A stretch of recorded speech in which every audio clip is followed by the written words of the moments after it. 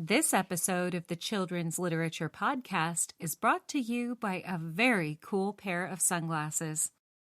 Cool sunglasses. We might all have some over the years, but Jackie O's will always be the coolest.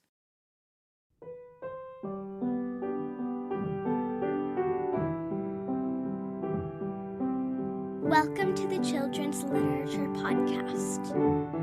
We're your hosts, Chloe Townsend and TQ Townsend. This is an interview with Ronni Diamondstein.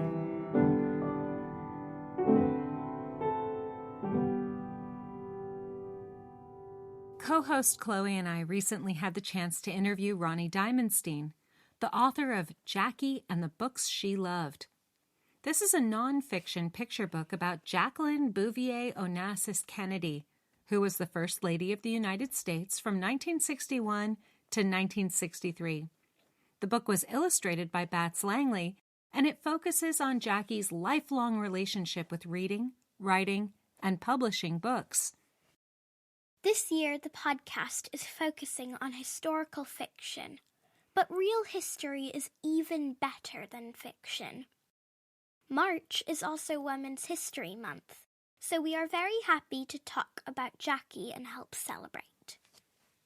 Children can learn so much from studying Jackie's life.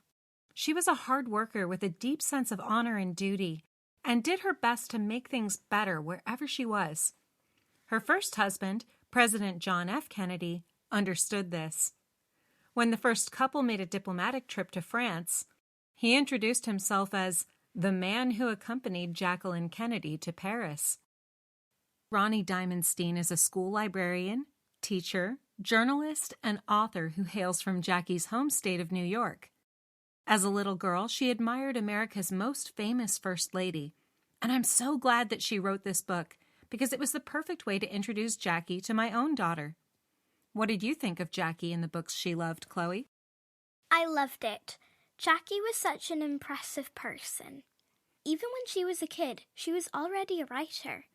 When she was my age, she wrote this poem, which Ronni included in her book. When I go down by the sandy shore, I can think of nothing I want more than to live by the booming blue sea. As the seagulls flutter round about me, I can run about when the tide is out, with the wind and the sand and the sea all about. And the seagulls are swirling and diving for fish. Oh, to live by the sea is my only wish. Make sure you check out the show notes where we've put lots of information about the children's books that Jackie helped to edit and publish. You can also learn more about Ronni Diamondstein and Bats Langley, who have done such an outstanding job bringing Jackie's passion for reading to life. And now, here's our interview with Ronni Diamondstein. Today we are joined by Ronni Diamondstein, the author of Jackie and the Books She Loved, a new illustrated book about Jackie Bouvier Kennedy Onassis. That's a lot of names, isn't it? We'll find out why. She was the First Lady of the United States from 1961 to 1963, but she really shouldn't have been known for that because she did so many other impressive things.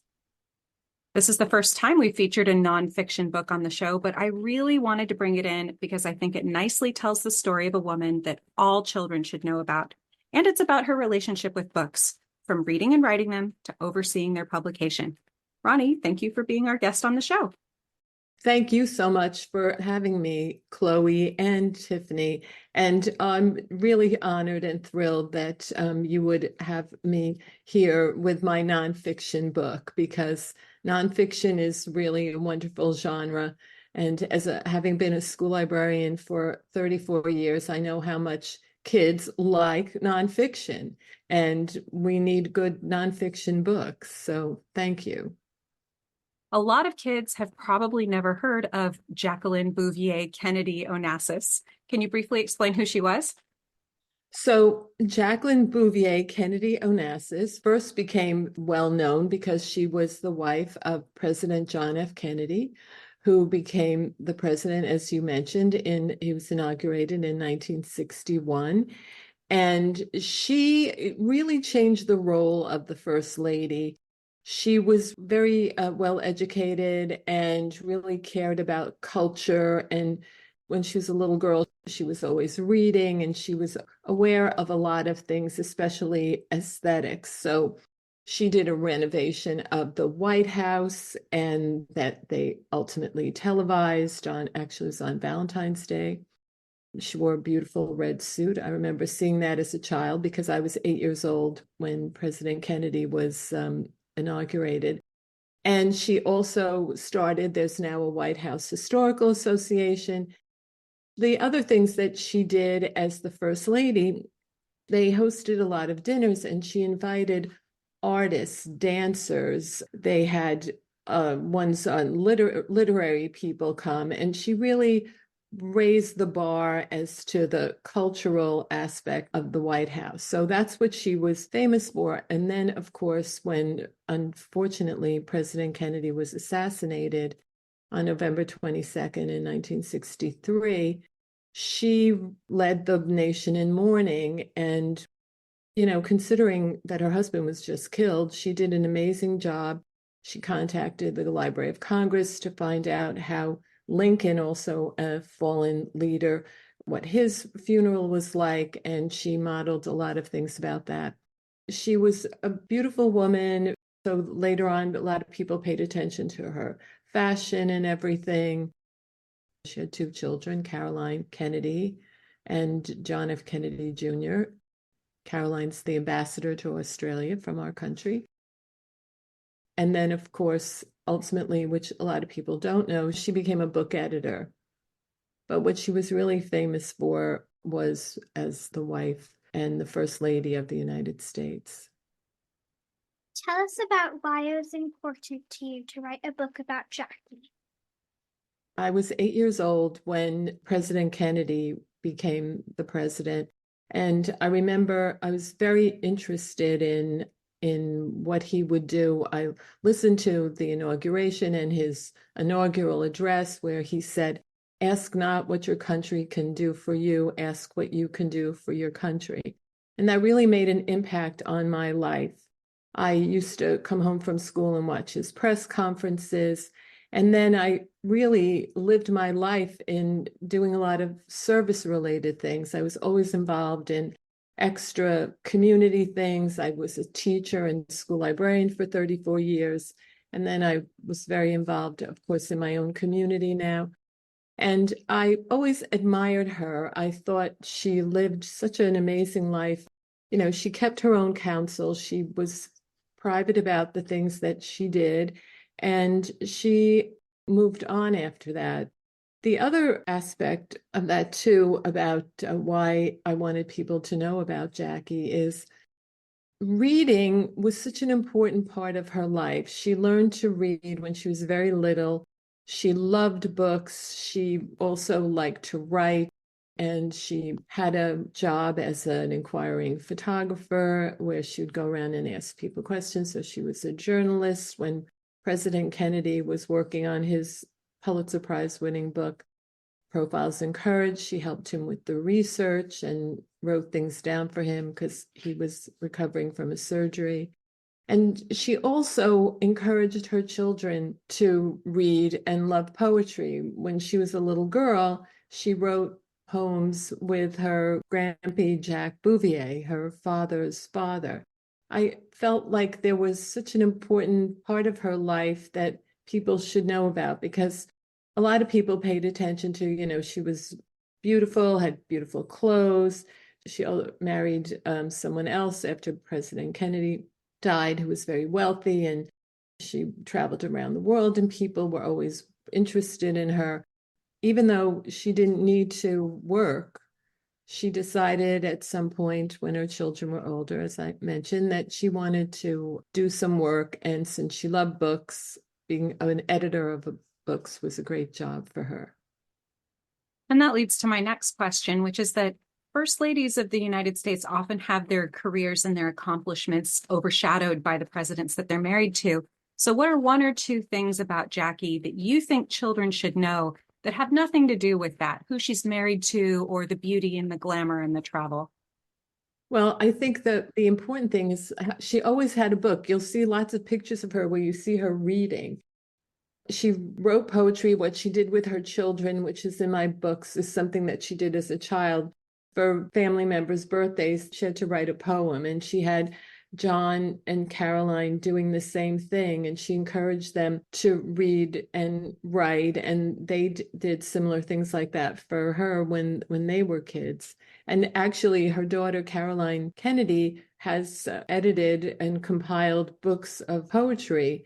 The one that I use that had one of Jackie's poems, Sea Joy, that she wrote as a child, is in my book. She was 10 years old. And that's in the Best Love Books of Jacqueline Kennedy Onassis, a book that Caroline did. And Caroline also has a couple of other children's books of poetry that were published.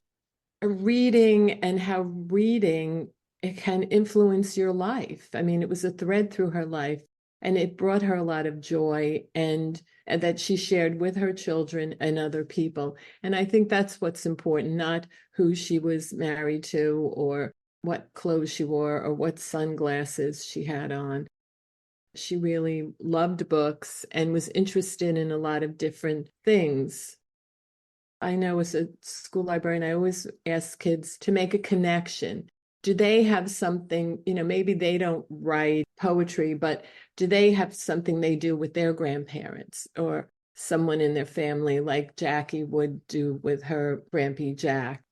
They had a house on Eastern Long Island in the Hamptons, and he used to write editorials for the Hampton Star, and he would read them to her and ask her to critique them as a child. I think that there was so much more to her than just being a fashion icon. And that's something that I felt was important. And also, I think it's important for children to know about a lot of the first ladies. They're a partner to the president in so many ways. And they're almost like sometimes a surrogate for them too. And often they have a lot of influence. And if you look back at a lot of the first ladies, and I think Jackie had a lot of influence on her husband. I really do. Well, and it's been important to me. I mean, part of why I chose this book, I'll admit, was selfishly personal, is that because, we have a mixed British American family and we live in England. And so I have to go out of my way to make sure that my children are growing up learning about all the important American things. And I've been going out of my way to tell Chloe about amazing first ladies. And one thing that came to mind when I was reading your book is how much I'd love to see you write a book about Dolly Madison. So nudge, nudge. She was an amazing woman. And I think that she would make an excellent subject of interest. Just throwing that out there. But I appreciate that. I did a program for the First Ladies Library in Canton and a legacy lecture, and they're all thrilled, about the different first ladies. I am looking at some first ladies. The trick today with publishing children's books is you really have to have an interesting angle. This book, I didn't mention this, but I actually have been thinking about writing a book about Jackie since she passed away in 1994, which is almost 30 years ago. I actually first had an idea for a novel, and then I started interviewing people. I interviewed Ted Sorensen, who worked for President Kennedy, and then I also interviewed Margot Datz, who illustrated the children's books that Carly Simon wrote that Jackie edited. And when I was talking to Margot Datz about it, she said to me, Ronni, you should really write a children's book. So that was 30 years ago. And I said, okay, that's a great idea because I am a children's librarian. So I did a lot of research on that. I have a huge collection of books and things from that period of time when she was the first lady and from her childhood. And I wrote like a chapter book, and that I had trouble selling, so I didn't do anything for a while. But then about 5 years ago, I saw how nonfiction picture books were a big genre now. But you have to have like a good angle for example, this book is something unique about Jackie. It's not just about Jackie as the first lady, but it's about reading and books and such. So if you can think of a good angle for Dolly Madison, I'm happy to consider that. And, now I'll start thinking about it. And it's funny because somebody else mentioned Dolly Madison to me recently too. So maybe I'm getting a message here. We'll help you brainstorm. She was a lot more popular than her husband when you're speaking of the influence, but we shouldn't get too far off track. Chloe has another question for you. Sure. Go ahead, Chloe. What does a book editor do, and what are some of the children's books Jackie edited? A book editor acquires books. They read manuscripts. Jackie was kind of a special book editor because I think partly the reason she was hired is she knew so many people, and they would have her go out and try to ask people to write a book. For example, I happen to know that Barbra Streisand, the American actress, singer, director, who's a pretty famous person, she just wrote an autobiography. And she mentioned that when she was only 40, Jackie actually asked her about writing a book, but she didn't feel she wanted to do it then. Editors will go out and find people, but most editors, usually people's agents, those are people who represent authors, and writers will send manuscripts to editors. Editors will read them, decide, with a team if they want to publish the book. And then once an editor has a book that they're working on, they'll help make corrections in it. I'm sure, Chloe, in school, when you're doing writing, I have a feeling you're quite a good writer because you're good at asking questions. That when you're doing your writing, either your teacher or maybe you'll have a partner in class that you'll read your story to, and then they'll say, well, maybe you should change it to this. So that's what editors do. They make notes on the book, send it back to the writer, and then they walk the writer through the process of publishing. Like, for example, I had a wonderful editor, Nicole Frail at Sky Pony Books. She helped craft the book with me because it was a lot longer. And what we wound up having to do was cut a lot of the material that I had in the first draft of this that she saw. And then we put that in the back matter, which is my author's note at the end, where I have a lot of information that I really couldn't put into the narrative of the story. And so the editor also coordinates with children's books that are illustrated, will coordinate things with the illustrator. And as for Jackie's books, that children's books, I'm really glad you asked about that.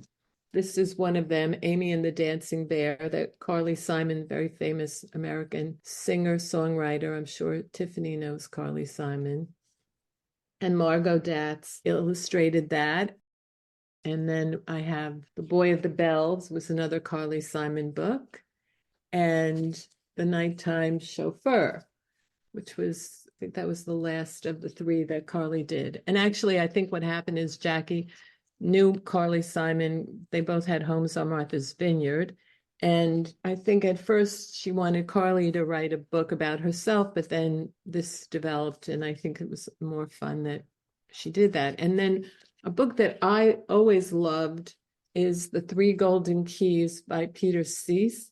And Peter Cease is an award-winning illustrator and children's book author. He won the Hans Christian Andersen Award. I happen to know him because he does live near me. And this is a book about his childhood. And it was one of the last books that Jackie edited. What he said about her, which was interesting, and he also did a blurb at the back of my book. He said that she was a great editor and an angel of books and like an author's whisperer. He had such a great experience with her, and how she came to do this book.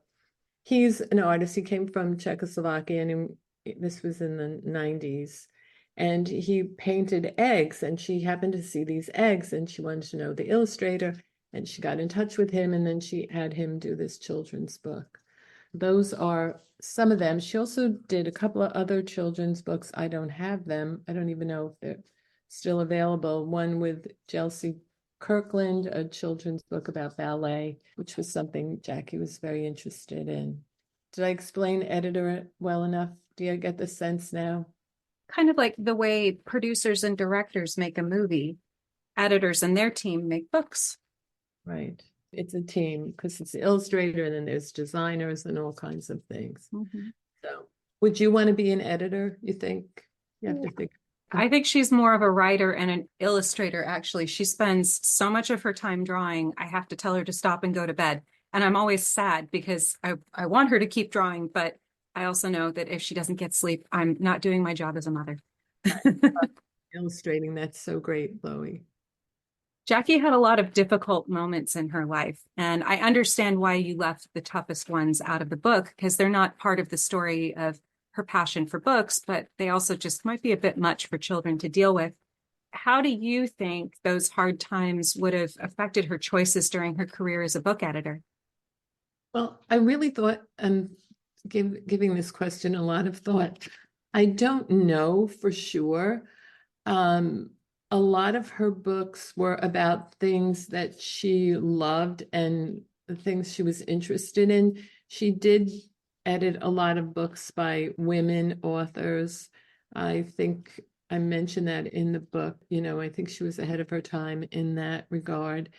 She did do some interesting, like Joseph Campbell did a lot of work of mythology, and she did a couple of his books. And then Bill Moyer's book, Healing of the Mind, about American life and things like that. But I'm not sure. She had so many other interests. And like I said, a lot of things were about things that she loved. She did Russian Firebird folk tales and about czars of Russia and France in the time of the Louis XIV and such. So an eclectic group of things. So I'm not quite sure because I think I mentioned this before. She really kept her own counsel, and everyone's life experiences influence things that happen to them. I think that makes sense. I gave you a bit of a stumper, I think. That was a tricky question. But then I guess even the inability to say anything for sure still tells us something because, like you said, she was a private person. She chose to let her authors be out in the forefront. And so just the fact that she kept those things to herself and invested herself in her work, I think that still says something about her priorities, that she preferred to let her work speak for itself. And her private feelings are nobody's business. Right. You hit the nail on the head. And I think that's the story here. And one of the things that she was really wonderful about it, it's that she really wanted the author to be the star of the book. She stayed in the background. Some of her earlier books had her name on the, edited by Jacqueline Kennedy Onassis, and that stopped after a while. But it's interesting now, a lot of times, like children's books and other books, they'll be on the copyright page. It'll say edited by, like my book, it does say edited by Nicole Frail. And it also will tell who did the typesetting. And I think that's good because, it takes a village. I didn't just do this all by myself. And a lot of people put a lot of time into this book. And they should be recognized for that, including Bats Langley, the illustrator of the book, who did a great job.